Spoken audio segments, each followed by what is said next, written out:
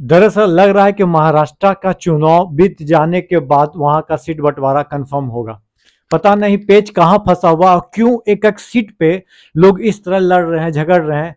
आप इस चीज से समझ सकते हैं कि महाराष्ट्र के चुनाव दोनों पक्षों के लिए, एमबीए के लिए और महायुति के लिए कितना इंपॉर्टेंट है, कितना जरूरी है कि एक एक सीट पे जद्दोजहद बनी हुई है।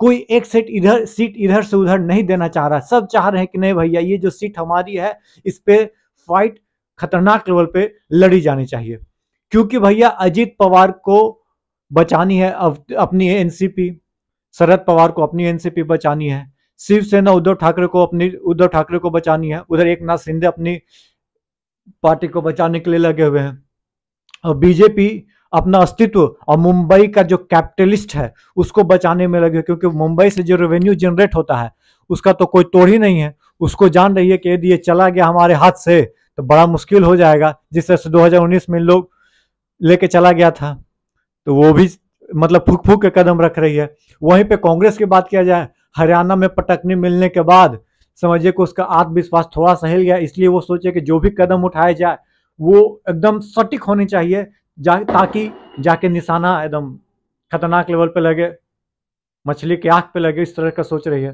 तो इसीलिए सीट बंटवारे में बहुत ज्यादा जद्दोजहद की जा रही है।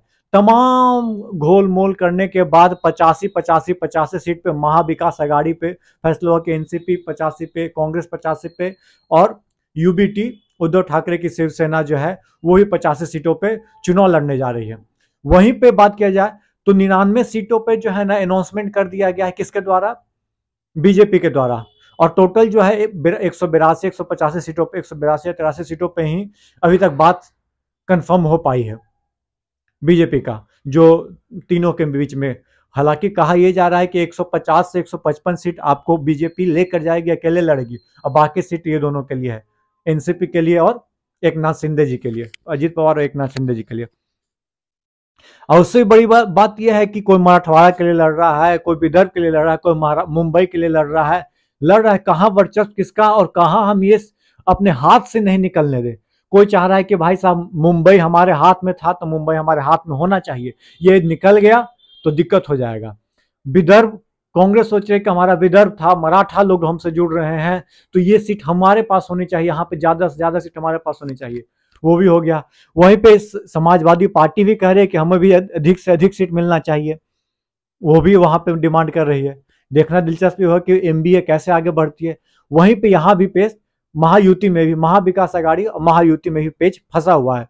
इसी बीच में जिशान सिद्दीकी, बाबा सिद्दीकी के जो बेटे हैं, वो बांद्रा ईस्ट से जो चुनाव लड़ना चाह रहे थे, उनको टिकट कंफर्म कर दी गई। वो पहले अजीत पवार से मिलते हैं, वहां पार्टी ज्वाइन करते हैं और टिकट लगभग कंफर्म हो गया।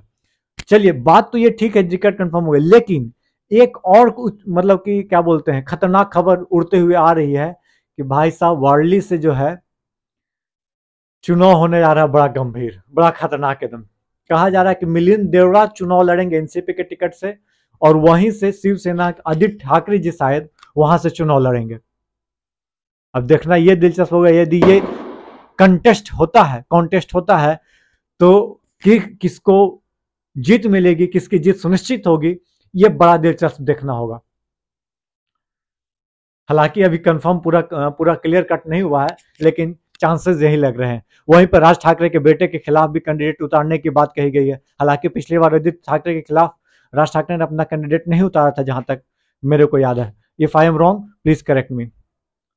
ये रहा आपको स्थिति, क्या बोलते हैं, महाराष्ट्र के इलेक्शन के कुछ चीज अब मैं आपके सामने शेयर किया। सीट बंटवारे का कुछ आपको हिस्सा बता दे रहा हूं। एक चीज और मैं बता दे रहा हूं, कांग्रेस जो है लोकसभा सीट में क्या 17 सीट पे लड़ी थी, 13 में विजय हासिल की थी। वहीं पे बात किया जाए उद्धव ठाकरे गुट जो है 81 सीट पर लड़ी थी, महज जीती थी 9 सीट, 43% उनका रेशियो कहा जाए तो 76% कांग्रेस का, और 10 सीट में 8 सीट शरद पवार गुट जीत गई थी।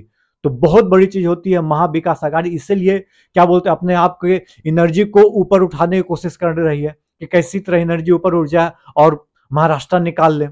लेकिन इतना आसान महाराष्ट्र होने जा नहीं रहा है, क्योंकि भाई साहब इस चुनाव के क्या बोलते हैं इलेक्शन डेट आने के पहले ऐसे ऐसी बात कही गई, ऐसे ऐसे प्रलोभन या ऐसे ऐसे योजनाएं लाई गई महाराष्ट्र सरकार के द्वारा कि आप समझ नहीं सकते। सबसे पहले 1500 रुपया महिला के खाते में डाल दिया गया कि महिला डायरेक्ट जैसे मध्य प्रदेश में दे रही थी वोट, उसी तरह महाराष्ट्र में दे दिया। बेरोजगार युवाओं के लिए सोचा गया, थाली कटोरा सब बांटने की बात कही गई है। ऐसे लोग कितना प्रभावित हुए हैं एक नाथ शिंदे की सरकार से, देखना दिलचस्प ये होगा। चलिए, वीडियो पसंद आए, चैनल पर पहली बार आए तो चैनल को लाइक शेयर सब्सक्राइब करना न भूले। धन्यवाद। जय हिंद, जय भारत दोस्तों।